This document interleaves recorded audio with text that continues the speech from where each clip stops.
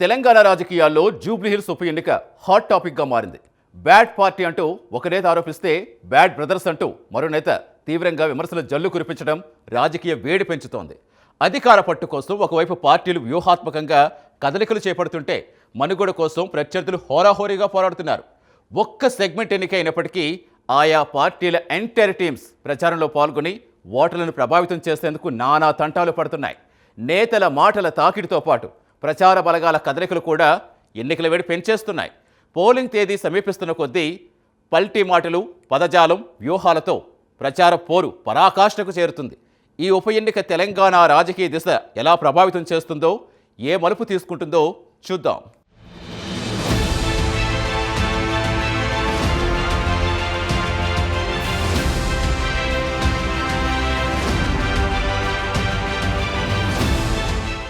జూబ్లీహిల్స్ ఉప ఎన్నిక ప్రచారం అత్యంత తీవ్రస్థాయికి చేరింది. అధికార కాంగ్రెస్, ప్రతిపక్ష బీఆర్ఎస్, బీజేపీల మధ్య మాటల యుద్ధం ఉధృతంగా సాగుతోంది. కాంగ్రెస్ నాయకులు తమ మంత్రులు, ఎమ్మెల్యేలను రంగంలోకి దించి 6 గ్యారంటీలు, అభివృద్ధి హామీలను ప్రధానంగా ప్రచారం చేస్తున్నారు. ముఖ్యమంత్రి రేవంత్ రెడ్డి స్వయంగా ప్రచారంలో పాల్గొని బీఆర్ఎస్, బీజేపీ నేతలు కిషన్ రెడ్డి, కేటీఆర్లను ఉద్దేశిస్తూ బ్యాడ్ బ్రదర్స్ అంటూ తీవ్ర విమర్శలు గుప్పించారు. ముస్లిం మైనార్టీల కోసం మస్కాన్, శ్మశాన వాటిక, సమస్య పరిష్కారం, ఎన్టీ రామారావు విగ్రహ స్థాపన వంటి హామీలు కూడా ప్రచారంలో వినిపిస్తున్నాయి. నామినేషన్ల సమయంలో అభ్యర్థుల అఫిడవిట్లపై వచ్చిన అభ్యంతరాలు, సోషల్ మీడియాలో చెలరేగిన మాటల తాకిడితో ఉప ఎన్నిక రాజకీయ వేడి మరింత పెరిగింది.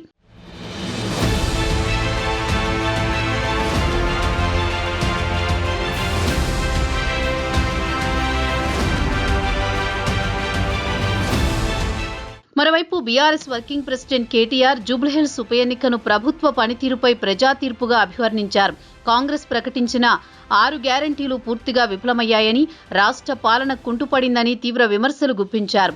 ముఖ్యమంత్రి రేవంత్ రెడ్డిపై నేరుగా విమర్శనాస్త్రాలు సంధిస్తూ ఓటమి భయంతోనే అసత్య ఆరోపణలు చేస్తున్నారని, తప్పుడు సర్వేలు చేయిస్తున్నారని ఎద్దేవా చేశారు. తమ అభ్యర్థి విజయం సాధిస్తే రాష్ట్ర ప్రభుత్వంపై ఒత్తిడి పెరిగి నిలిచిపోయిన అభివృద్ధి పనులు మళ్లీ ప్రారంభమవుతాయని, గత 10 ఏళ్ల తమ పాలనలో జరిగిన అభివృద్ధిని గుర్తు చేస్తూ ఓట్లు అభ్యర్థిస్తున్నారు.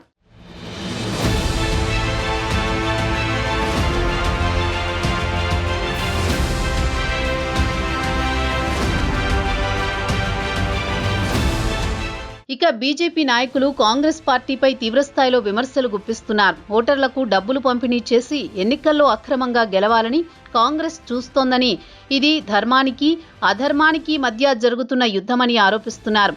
ఈ ఉప ఎన్నికల్లో సింపతి వర్సెస్ అభివృద్ధి అనే అంశం కూడా చర్చనీయాంశంగా మారింది. బీఆర్ఎస్ దివంగత ఎమ్మెల్యే గోపీనాథ్ కుటుంబానికి మద్దతుగా సానుభూతిని కోరుతుంటే కాంగ్రెస్, బీజేపీలు అభివృద్ధి హామీలపై దృష్టి పెట్టాలని ఓటర్లను కోరుతున్నాయి. ఇదే సమయంలో బోరబండ శివాజీ విగ్రహం వంటి భావోద్వేగ అంశాలను బీజేపీ తెరపైకి తీసుకొచ్చి ప్రచారాన్ని మరింత వేడెక్కిస్తోంది.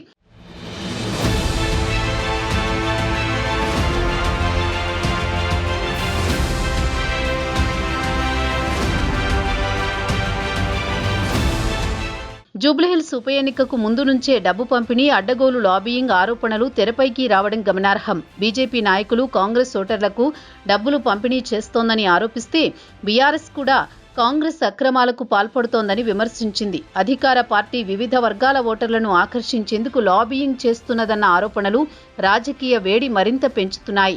ఇదే సమయంలో వివిధ సంస్థల ప్రీపోల్ సర్వేలు తమకు అనుకూలంగా ఉన్నాయని ప్రకటిస్తూ పార్టీలు కార్యకర్తల్లో నైతిక స్థైర్యాన్ని పెంచేందుకు ప్రయత్నిస్తున్నాయి. నవంబర్ 11న పోలింగ్, 14న ఓట్ల లెక్కింపు జరగనున్న ఈ ఉప ఎన్నిక తెలంగాణ రాజకీయ దిశను ప్రభావితం చేసే కీలక ఘట్టంగా మారింది.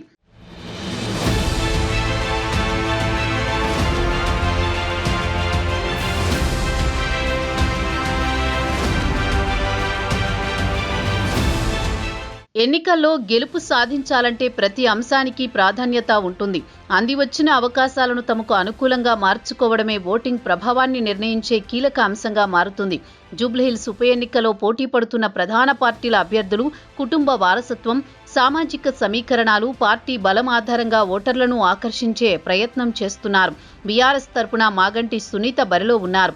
ఆమె భర్త అకాల మరణం పట్ల ప్రజల్లో ఉన్న సానుభూతి, అలాగే దివంగత నేతకు నియోజకవర్గంలో ఉన్న స్థానిక పట్టు, ఈ రెండూ ప్రధాన బలంగా నిలుస్తున్నాయి. కేటీఆర్ సహా ఇతర ముఖ్య నేతలు తమ 10 ఏళ్ల పాలనలో జరిగిన అభివృద్ధిని గుర్తు చేస్తూ మాగంటి సునీతకు మద్దతుగా ప్రచారం ముమ్మరం చేస్తున్నారు.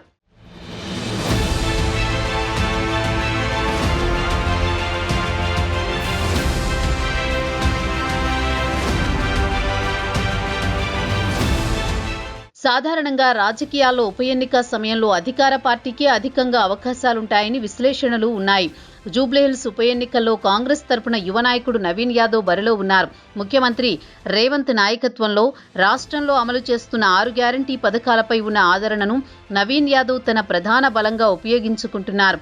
యువత, కొత్త ఓటర్లు నియోజకవర్గంలోని కొన్ని కీలక సామాజిక వర్గాల్లో తమ ప్రభావాన్ని పెంచేందుకు ఆయన తీవ్రంగా కృషి చేస్తున్నారు. అధికార పార్టీ అభ్యర్థిగా గెలుపు అనివార్యమనే ధీమాతో కాంగ్రెస్ నాయకులు ప్రచారాన్ని ముమ్మరం చేస్తున్నారు.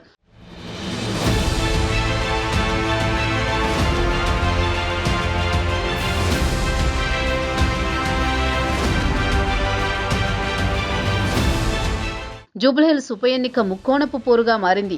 బీజేపీ తరపున లంకల దీపక్ రెడ్డి బరిలో ఉండడంతో ఆయనకు కేంద్ర నాయకత్వం మద్దతు, సంఘటిత సంస్థాగత బలం కీలకంగా నిలుస్తోంది. బీజేపీ అభ్యర్థి, కాంగ్రెస్, బీఆర్ఎస్ల మధ్య ఉన్న అవినీతి ఆరోపణలు, విగ్రహాల రాజకీయం వంటి భావోద్వేగ అంశాలు ప్రస్తావిస్తూ ఓటర్లను ఆకర్షించే ప్రయత్నం చేస్తున్నారు. ఈ ముగ్గురు అభ్యర్థులు తమ తమ వర్గాల్లో బలమైన ప్రభావాన్ని కలిగి ఉండడంతో జూబ్లీహిల్స్ ఉప ఎన్నిక తీవ్ర ఉత్కంఠ రేపుతున్న త్రిముఖ పోరుగా మారింది.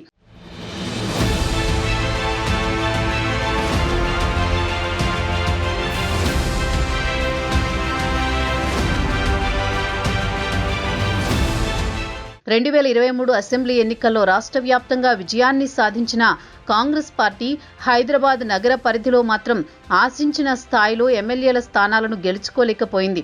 అయితే అనంతరం జరిగిన కంటోన్మెంట్ ఉప ఎన్నికలో విజయం సాధించడం ద్వారా భాగ్యనగరంలో తన తొలి స్థానాన్ని నమోదు చేసుకుంది. ఈ విజయం ముఖ్యమంత్రి రేవంత్ నాయకత్వానికి, ప్రభుత్వానికి నగరంలో కూడా పట్టు పెరుగుతోందనే సంకేతమిచ్చింది. ఈ నేపథ్యంలో కంటోన్మెంట్ తర్వాత జరుగుతున్న జూబ్లీహిల్స్ ఉప ఎన్నికను రేవంత్ ప్రభుత్వం మరోసారి తమ సత్తాను నిరూపించుకునే ఛాలెంజ్గా తీసుకుంది. ఈ స్థానాన్ని గెలుచుకోవడం ద్వారా రాష్ట్రంలో తమ ప్రభుత్వానికి ప్రజల మద్దతు కొనసాగుతోందని, నగర ఓటర్లు కూడా తమ వెంటే ఉన్నారని నిరూపించుకోవాలని కాంగ్రెస్ భావిస్తోంది.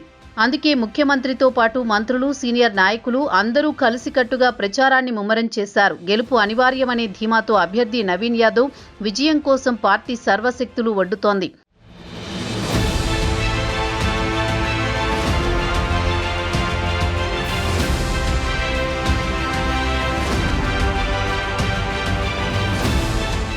రెండు 2023 అసెంబ్లీ ఎన్నికల తర్వాత బీఆర్ఎస్ పార్టీ గ్రాఫ్ రోజురోజుకు పడిపోతుండడం, ముఖ్యంగా పార్టీ అధినేత కేసీఆర్ ఫామ్ హౌస్కే పరిమితం కావడం పార్టీ శ్రేణుల్లో నిరుత్సాహాన్ని నింపింది.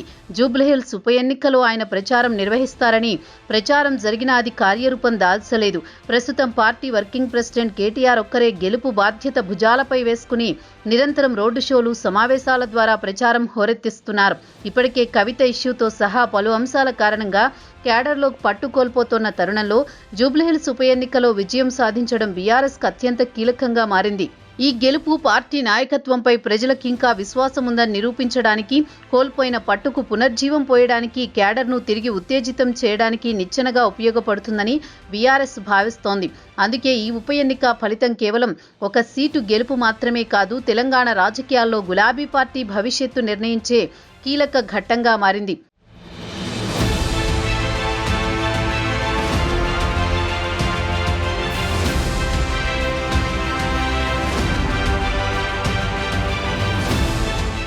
రాజకీయ పార్టీలకు వచ్చిన అవకాశాలను తమకు అనుకూలంగా మలుచుకుంటేనే అధికారం అనే పీఠాన్ని చేజిక్కించుకునే వీలుంటుంది.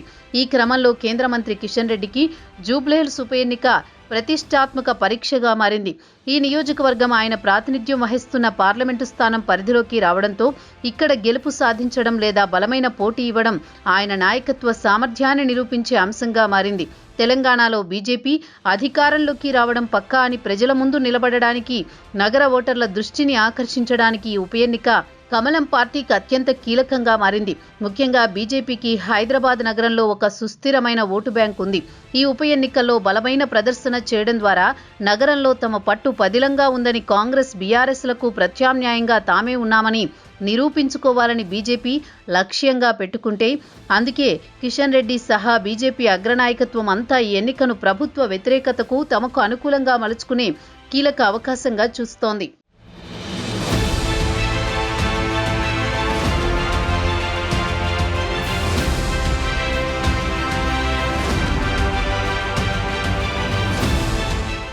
జూబ్లీహిల్స్ ఉప ఎన్నిక త్రిముఖ వ్యూహాలతో, భావోద్వేగాల మేళవింపుతో, రాజకీయ ఉత్కంఠతో సాగుతోంది.